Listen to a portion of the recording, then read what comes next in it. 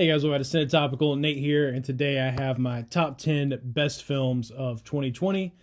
Didn't get to see everything, so if there's something on the list you feel like should have been there, it's probably because I just didn't get a chance to see it. But starting off with my number 10, a little bit of a weird choice. I acknowledge that, but it's going to be Borat subsequent movie film. I find this absolutely hilarious. But that's not really the reason it made my list. The reason it made my list is because I feel like this movie actually has a lot to say. So some of the jokes that they have are like obvious gross out humor, like shock value type stuff, which normally I'm not a fan of at all. But the commentary that this movie had on like the state of the world, like how the United States has chosen to handle like the virus and its political climate, I really enjoyed.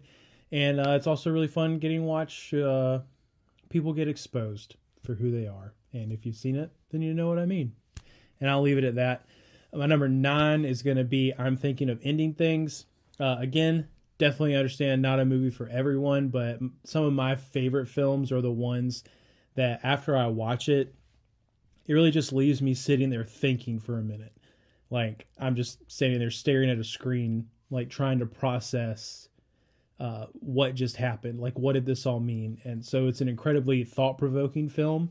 It has a lot to say about, I guess, regret and like getting later in your life and just wondering how things could have been different. So like a good reminder to, be conscious of the decisions that you're making now and things like that, told in a really abstract and like thought-provoking way. I really enjoyed it. Number 8 for me is going to be Happiest Season. I just told someone tonight, I have like this list of like 4 or 5 Christmas movies that like those are my Christmas movies, and I'm not really interested. Like I don't even care to see any other Christmas movies. Like I have the ones that I care about, and outside of that, like I don't need to see anymore. But I really liked the premise of this one. There were a lot of things in the trailer that I could relate to in terms of like their relationship in the film. So I gave it a shot. Was not disappointed at all. Some of the characters were like a little more over the top than they really needed to be. But looking past that, I think it's a very realistic tale of like an issue that can come up in a relationship, like one side's family having a hard time accepting the other person. Obviously theirs was because it was a same-sex relationship, but that's something that a lot of people experience and deal with, and I really appreciated them touching on that in the film. Number 7 for me is going to be Ma Rainey's Black Bottom. Excellent movie. Obviously, it was super sad to see Chadwick Boseman in like his last like real movie role. The guy was a great actor. He's from my home state. Getting to making a film is always like an interesting task because they just have really different vibes. People can go into like a theater performance, like a actual like play theater performance, and you kind of almost expect it to be a little bit more of a slow burn sometimes. Translating that to film can be difficult. A lot of times film audiences expect things to just pick up and like go immediately. I think they did a really good job. There are parts that do feel a little slower because of that. I personally really enjoyed it. Loved everything about this movie. Would love to see more plays adapted to screen like as well as this was done. Number 6 for me was Sylvie's Love. I've actually watched it twice now. After I watched it the first time, it would have been way higher on my list. After watching it a second time, I guess like with some of the rose-colored glasses off, I didn't enjoy it as much. I think they tried a little too hard to nail like the 60s dialogue and vibe to the point where on my second viewing, I just noticed it a lot more, and it came off like just a little bit more on the corny side, but not terrible at all. Still a really good movie. Really love Tessa Thompson. I can't pronounce his name. Sorry, I'm not going to try, but I think Homie did a really good job playing that kind of like stoic, always cool and down to earth character in the film. So really enjoyed pretty much everything about it as well. Number 5 for me is going to be Palm Springs. It's getting to a point now where anytime you make a movie with this premise, it's always going to get compared to Groundhog Day. And Groundhog Day is an absolute classic. Everyone should see it. It's a very good film. It poses a lot of questions. The way that they tackled it in Palm Springs is similar, but it's a different type of humor. And I thought this movie was absolutely hilarious. The characters, you know, if I could put myself in a situation where I was waking up on the same day, no matter what, every time, they do a lot of the same stuff that I would probably do every day. But then, like, even touching on, like, this idea of codependency, like, that was not a theme that I was expecting going into this film. So seeing them touch on that was really, really interesting, and I appreciated it. I wish that they had kind of hit on it a little bit more, because it's not really until kind of like he spills his guts at the end of the movie about like him needing her, and but it not being vice versa, that the movie really goes into that. I think they could have built on it just a touch better, but tackling a Groundhog Day premise type film and still making it really good is it's amazing, because it's always going to get compared to that, and I think they knocked it out of the park.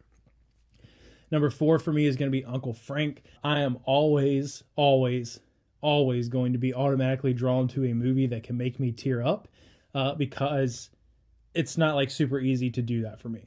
Like, I'm not going to watch like your generic Lifetime movie and tear up. If I sense even the slightest amount of corniness in a movie, my emotional interest is completely detached. Uncle Frank was phenomenal. I grew up in the part of the country that this movie takes place, so I totally understand, you know, a lot of what he was facing, like having a family that is just against everything that you are, whether it's your sexual orientation, your political beliefs, what you want to do for a living. I'm very, very familiar with this like Southern standard of like, these are the people that we have to be, and it's like an embarrassment to the family if you're not. So appreciate movies that call that out, because that's stupid and people shouldn't be that way. So getting to watch like the main character's relationship with Uncle Frank through the film, watching how he helps her just kind of become like the best version of herself, regardless of what, you know, anyone else thinks about it. I think that's a really cool story. And getting to watch like the rest of his family that's still living accept him after everything comes out was just really sweet. And I think that was a nice little bow to tie the movie up with. Number 3 for me is going to be Soul. Pixar has been absolutely crushing it lately. I have a lot of really strong opinions about Pixar movies. I love so many of them, especially what they've been doing lately, like really touching on these super emotional, like lesson teaching films. Like obviously there's Inside Out and Coco. Onward, even though it had this more like fantasy aspect to it, still really hit on a lot of like family issues and topics, and I love that. Soul didn't hit me quite on an emotional level as like the other ones did, and I think mostly that's just because like a lot of the lessons it has to teach are ones that like I've just thankfully like personally learned already, but like other people could watch that movie and it could hit them the way that Coco hits me, where like that movie had a lot to teach me that like I hadn't really learned yet or accepted. So the animation is phenomenal. The characters are great. You know, getting to see like a black protagonist in that light is absolutely amazing. I hope we get more and more films like that, especially like even in the animated realm. So Pixar does it again. I mean, there's nothing else to say about it. Number 2 for me is going to be Trial of the Chicago 7. I said this before when we talked about it. I love this movie. I love so much about learning about these people and what they went through to get actual change done in our country. The only thing I hate about it is that it took this long after all of this stuff happening for this story to get told. And, you know, it says a lot about society. Like, these people have been out there forever. Anyone could have done some research and found out this story before this movie existed, but a lot of people aren't going to pay attention to things until they're condensed into a 2 to 3 hour film for them to watch and learn. But what I love about this movie is that after watching it, I was like, well, shoot, now I want to know about the real thing. So like it spurred me to go and like read about the real characters and the real stories and all of like the hard work that they put in to get things done and try to affect actual change in our country. Outside of that, I love the way it was directed. Sorkin did a really good job. Obviously, anything he writes is going to be gold. I'm a big Sorkin junkie. It's going to be really hard for him to mess up for me.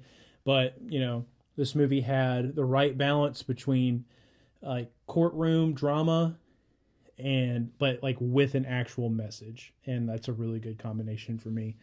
And then finally, my number one movie of 2020 was super easy for me. After I watched it the first time, I immediately knew this is it, and it's going to be The Sound of Metal. Riz Ahmed absolutely destroyed it in this film, and his performance is a big part of why I love it. But I think what I love the most about it is, more than any movie on this list, it's the one that like really like gave me that emotional gut punch the most, because it does such a good job of inviting you in to like the feelings of this character. It makes it like, the way it's written, the way it's acted, the way it's shot, makes it so easy for you to like fully empathize with what he's dealing with. So like it made me feel like the absolute fear of what like losing one of your main senses that late into life could be like. And there are people who really have to go through that. So on top of getting me to understand how absolutely terrifying that has to be, it's also like a sobering reminder of like, this isn't just a movie character. There are plenty of people, whether they're veterans or have been musicians like him, or for a number of reasons have had to go through this, and not even just with hearing, with sight loss and plenty of other things. So it just, it was very grounding. It was very sobering.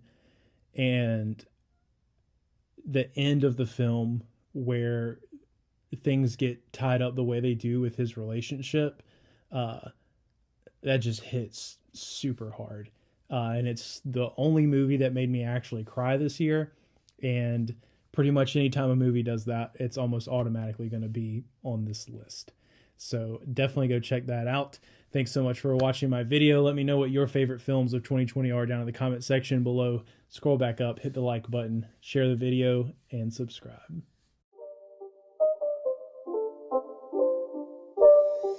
It's not a game, it's a rich thing.